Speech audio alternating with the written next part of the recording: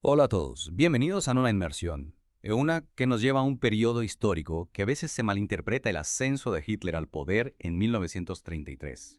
Hoy vamos a ver cómo este líder del partido nazi desmanteló la democracia de la República de Weimar en solo 53 días, sentando las bases para el Tercer Reich. Y lo más sorprendente es que la creencia popular de que la toma de poder de Hitler era inevitable no se sostiene. Al contrario, fue una serie de eventos específicos, astutas maniobras políticas, explotación de debilidades legales y uso calculado del miedo y la violencia que allanaron su camino. Es increíble cómo Hitler usó la propia constitución de Weimar para socavarla desde adentro, ¿no? Totalmente, para entender esta estrategia hay que conocer a Hans Frank, abogado de Hitler. Frank describió la habilidad de Hitler para detectar las debilidades inherentes en cualquier sistema legal. O sea, Hitler no solo buscaba el poder, sino que encontraba los puntos débiles de la democracia para manipularla. Exacto, y aquí entra en juego la ley habilitante o Ermächtigungsgesetz. Esta ley le otorgaba al gobierno de Hitler poderes dictatoriales, permitiéndole gobernar sin control del parlamento. Para aprobar esta ley, Hitler necesitaba una mayoría de 2/3 en el Reichstag, algo difícil en ese momento. Su partido, aunque en ascenso, estaba lejos de tener ese control. ¿Cómo logró superar este obstáculo? Bueno, incluso después de ser nombrado canciller el 30 de enero de 1933, Hitler se enfrentó a un escenario político complejo. Su gabinete era una coalición de figuras con intereses propios, algunos incluso opuestos a sus planes más ambiciosos. Se dice que su primera reunión de gabinete a pocas horas de asumir el cargo estuvo llena de tensiones y desacuerdos, sobre todo en cómo conseguir la mayoría para la ley habilitante. ¿Había alguna estrategia clara? La situación era tensa sin duda. Algunos querían prohibir el Partido Comunista, eliminando a sus oponentes en el Reichstag. Otros, temiendo las consecuencias económicas de una posible huelga general comunista, presionaban por nuevas elecciones. Y Hitler, por supuesto, decidido obtener el control total lo antes posible. En un memorándum a su partido declaró que la lucha por ganar a la nación alemana apenas comenzaba. Su nombramiento como canciller era solo el primer paso. Correcto, y ese primer paso fue seguido de acciones para socavar las instituciones democráticas. Dos figuras clave fueron Wilhelm Frick, ministro del Interior, y Hermann Göring, ministro del Interior en funciones de Prusia. Frick, controlando la prensa y el sistema electoral, empezó a suprimir la oposición. ¿Y Göring? ¿Cuál fue su papel? Göring se enfocó en purgar la policía prusiana de elementos indeseables, es decir, los que no eran leales al régimen nazi. Imagínate la policía que debería proteger a los ciudadanos siendo utilizada para perseguir a opositores. Era una señal de lo que vendría. Y como si no fuera suficiente, Göring emitió el famoso decreto de disparar. Este decreto permitía a la policía disparar a la vista sin temor a repercusiones. Así es importante destacar que estas acciones se tomaron bajo el pretexto de proteger a Alemania de enemigos internos. Y en medio de esta creciente tensión ocurre un evento crucial que cambia el curso de la historia, el incendio del Reichstag.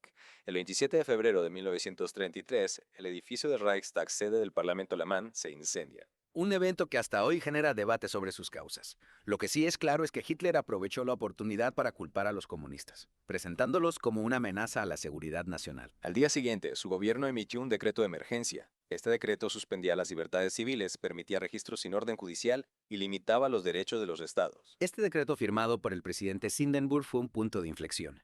De un solo golpe, Hitler obtuvo poderes extraordinarios para reprimir a la oposición. Con la prensa amordazada y la oposición silenciada, Hitler preparó el escenario para las elecciones del Reichstag del 5 de marzo de 1933. Era esta su jugada maestra. Sin duda, a pesar de la intimidación y propaganda, los nazis no lograron la mayoría absoluta. Obtuvieron el 44% de los votos, una victoria significativa, pero no suficiente para sus planes. Sin embargo, la prohibición del Partido Comunista, justificada por el incendio de Reichstag, les otorgó la mayoría de 2/3. Esta mayoría era necesaria para aprobar la ley habilitante, el arma definitiva para destruir la democracia alemana. Exacto, en cuestión de semanas, Hitler había transformado el panorama político de Alemania. Usando una combinación de astucia legal, coerción y violencia, la democracia de Weimar estaba al borde del abismo. Y todo esto en un abrir y cerrar de ojos. Volvemos a nuestra inmersión en el ascenso de Hitler al poder, enfocándonos ahora en los días posteriores a las elecciones del 5 de marzo de 1933. Unas elecciones que, si bien no le dieron la victoria absoluta, sentaron las bases para la estocada final contra la democracia de Weimar. Es como si esas elecciones hubieran sido una especie de última cena para la República de Weimar, ¿no? Un último suspiro antes de la llegada del caos. Exactamente, con el Partido Comunista prohibido, Hitler tenía el camino libre para aprobar la ley habilitante, la herramienta legal que le daría poderes dictatoriales. Pero antes de llegar a ese momento, me gustaría profundizar en la atmósfera de violencia que se apoderó de Alemania después de las elecciones.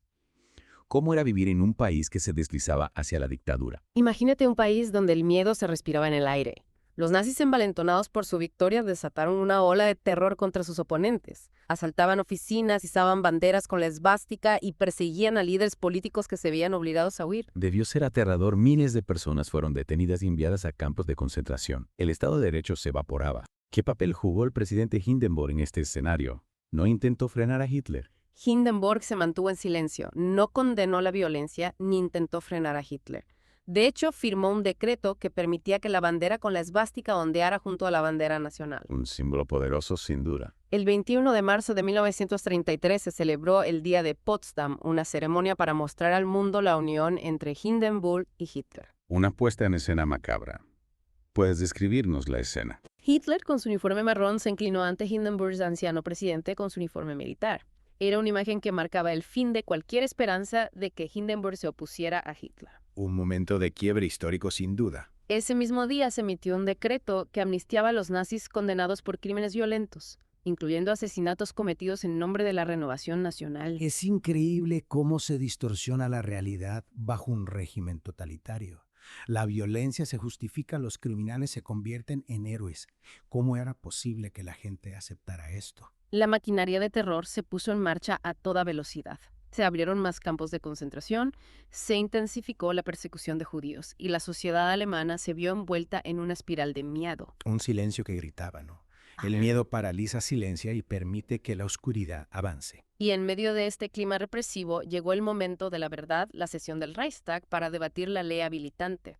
El 23 de marzo de 1933, los delegados se reunieron en la Ópera Kroll, un edificio provisional que se usaba mientras se reconstruía el Reichstag. La atmósfera debía ser tensa. ¿Cómo era el ambiente dentro de la Ópera Kroll? La cena estaba preparada, un enorme águila nazi con una esvástica dominaba el escenario. Hitler, vestido con su uniforme de la SA, llegó para presentar la ley habilitante, un documento que, en sus palabras, remediaría la angustia del pueblo y el Reich. Una frase cargada de cinismo, ¿no? Utilizar el sufrimiento del pueblo para justificar la toma de poder. Su discurso, una mezcla de promesas y amenazas, buscaba justificar la necesidad de poderes extraordinarios. Y mientras la mayoría se preparaba para votar a favor de la ley, hubo alguna voz disidente, alguien que se atreviera a desafiar a Hitler. Sí, Otto Weiss, líder del Partido Socialdemócrata, regresó de su exilio desafiando el peligro. Wells pronunció un discurso apasionado en defensa de la democracia, denunciando la violencia del régimen nazi. Un acto de heroísmo en medio de la oscuridad.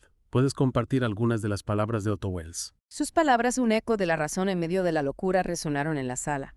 Libertad y vida nos las pueden quitar, pero no el honor, dijo Wells. Y añadió, en esta hora el Partido Socialdemócrata reafirma su fidelidad a la humanidad. No nos doblegaremos ante la violencia. Palabras que resuenan con fuerza incluso hoy en día. Lamentablemente, los nazis y sus aliados aprobaron la ley habilitante, entregando a Hitler el poder absoluto. La democracia de Weimar había caído víctima de sus debilidades y de la ambición de Hitler. El 23 de marzo de 1933 marcó el fin de una era y el comienzo de otra, una era de oscuridad y terror. Ya en la parte final de nuestra inmersión en la toma de poder de Hitler, vimos cómo en 53 días desmanteló la democracia de la República de Weimar con la aprobación de la ley habilitante el 23 de marzo de 1933. Y con esa ley, Hitler tenía el poder para remodelar Alemania. La separación de poderes, el Estado de Derecho, las libertades civiles, todo desapareció mientras el régimen nazi se afianzaba. Es realmente escalofriante pensar en la rapidez con la que se produjo esta transformación de una república democrática a una dictadura totalitaria. ¿Cómo fue posible que la gente no lo viera? La ley habilitante le permitió a Hitler gobernar por decreto. Pudo promulgar leyes, controlar la economía, suprimir la oposición. Y no perdió tiempo. Uno de sus primeros objetivos fue eliminar la oposición política. ¿Cómo lo hizo? Los partidos políticos fueron prohibidos, los sindicatos disueltos y los líderes políticos arrestados o asesinados. La maquinaria de propaganda nazi se puso en marcha controlando los medios de comunicación y difundiendo una ideología de odio. Control total de la información. ¿Cómo se combate eso? Las escuelas y universidades fueron purgadas de profesores indeseables. Los jóvenes fueron adoctrinados en la ideología nazi. Una sociedad que se autocensura, donde el miedo se vuelve la norma. Y mientras la sociedad alemana se adaptaba, Hitler comenzó a implementar sus planes, la expansión territorial, el rearme militar. Al reflexionar sobre este capítulo es crucial que identifiquemos las señales que permitieron el ascenso de Hitler. La fragilidad de la democracia, la explotación del miedo y la apatía de la sociedad son lecciones que no debemos olvidar. La historia de cómo Hitler desmanteló una democracia en 53 días es un recordatorio de la importancia de proteger nuestras instituciones. Debemos estar vigilantes, comprometidos con la verdad y dispuestos a luchar contra cualquier intento de socavar la democracia. Es una responsabilidad de todos. No podemos permitir que el miedo nos paralice ni que la indiferencia nos convierta en cómplices. Porque la tiranía puede surgir rápidamente y una vez que se afianza es muy difícil de erradicar. Gracias por acompañarnos en esta inmersión profunda. Esperamos que les haya resultado informativo. Y sobre todo un llamado a la reflexión sobre la importancia de proteger nuestras libertades y defender la democracia. Gracias por escuchar Geopolítica, un podcast de Enrique Aureli. No olvides, apoya económicamente y comparta nuestro trabajo. Hasta la próxima.